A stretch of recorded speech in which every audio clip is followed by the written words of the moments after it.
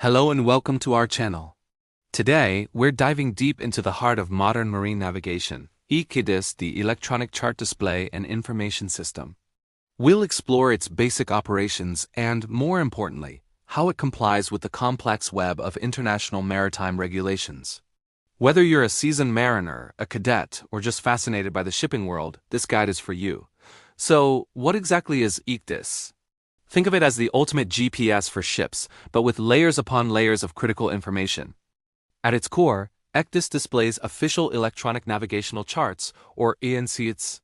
It lets you plan routes, monitor your vessel's progress in real time, and get crucial alarms to prevent grounding or other hazards.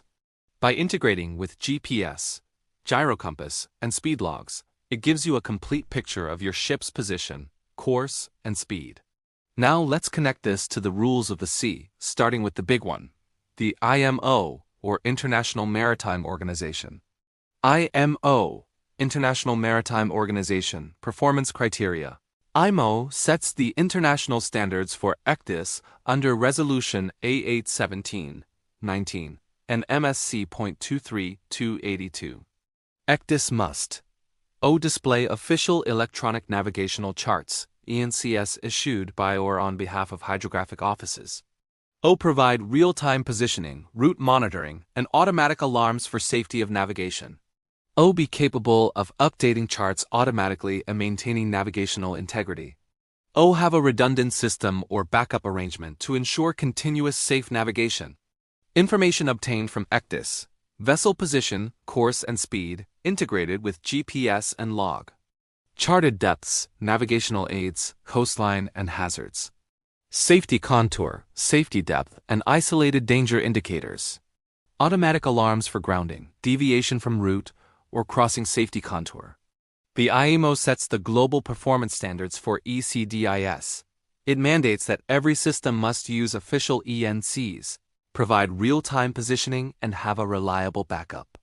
The information you get from your Ecdis, like your vessel's position, charted depths, and safety contour alarms, is all designed to meet these stringent IMO requirements. Essentially, if your Ecdis is functioning correctly, you're already on your way to being IMO compliant. Next up is SOLAS, the Safety of Life at Sea Convention.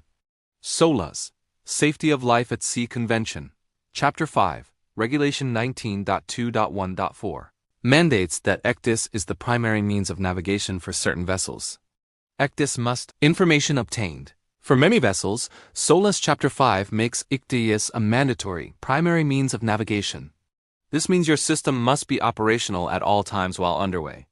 The data it provides, such as continuous position tracking and alerts for sensor failures, is essential for satisfying SOLAS regulations. Think of it this way: SOLAS says used to navigate safely. And a properly used Ecdis is your primary tool to prove you are. Of course, regulations are only effective if they're enforced. This is where port state control authorities like AMSA, the Australian Maritime Safety Authority, come in. MSA, Australian Maritime Safety Authority, performance criteria, requires that information obtained. During inspections, AMSA will verify that your Ecdis is type approved, your charts are updated, and most importantly, that the crew is competent in using it.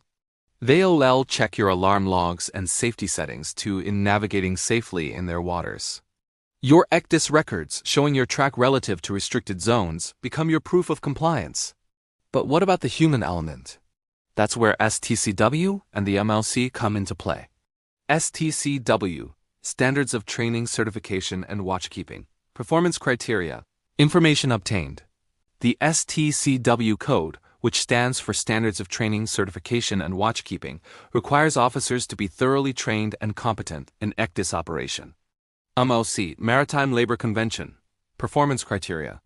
Information obtained. You need to know its features, its limitations, and how it integrates with other bridge equipment.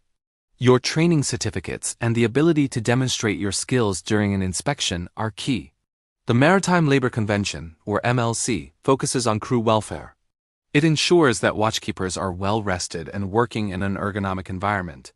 Fatigue is a major cause of navigational errors, so by complying with MLC's work-rest hours, shipping companies ensure their officers can use complex systems like Ecdis effectively and without mistakes. The bridge layout and even the lighting are considered to prevent strain and maintain situational awareness. This focus on safety procedures and human factors is central to the ISM Code, or International Safety Management Code. ISM Code, International Safety Management Code, Performance Criteria. Information obtained. The ISM Code requires your company to have clear, written procedures for everything related to Ecdis, from chart updates and route planning to handling alarms and system failures. Your Ecdis logs, voyage plans, and maintenance records are all part of your ship's safety management system, providing a vital paper trail for audits and incident investigations.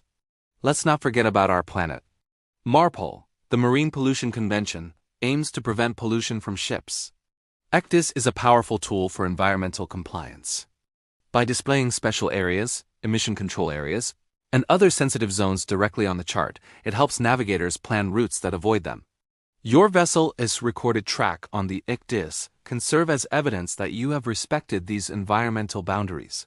Finally, while it's a U.S. standard, the principles of OSHA, the Occupational Safety and Health Administration, are universally relevant. OSHA, Occupational Safety and Health Administration. Performance criteria. Information obtained. OSHA's guidelines on ergonomics and electrical safety influence the design of the ship's bridge, ensuring that Ecdis consoles are safe and comfortable for long hours of use. A well-designed bridge reduces fatigue and improves an officer's focus. So let's tie it all together with a quick operational checklist. First, always ensure your Ecdis uses official, updated ENCs. Second, verify your safety contour and safety depth settings are appropriate for your voyage. Third, know your backup arrangement, whether it's a second Ecdis or paper charts. Fourth, keep your training records handy and be prepared to demonstrate your skills. Fifth, meticulously log all alarms and updates as required by the ISM Code. And finally, always use MARPOL overlays in your passage planning to protect the marine environment. As you can see, Ecdis is far more than just a digital map. It's a comprehensive navigational and compliance tool that sits at the intersection of safety, regulation, and technology. Mastering it is essential for every modern mariner. Thank you so much for watching. We hope this overview was helpful. If you found value in this video, please hit that like button, subscribe to our channel, and ring the bell so you don't miss our next deep dive into the maritime world. Fair winds and following seas.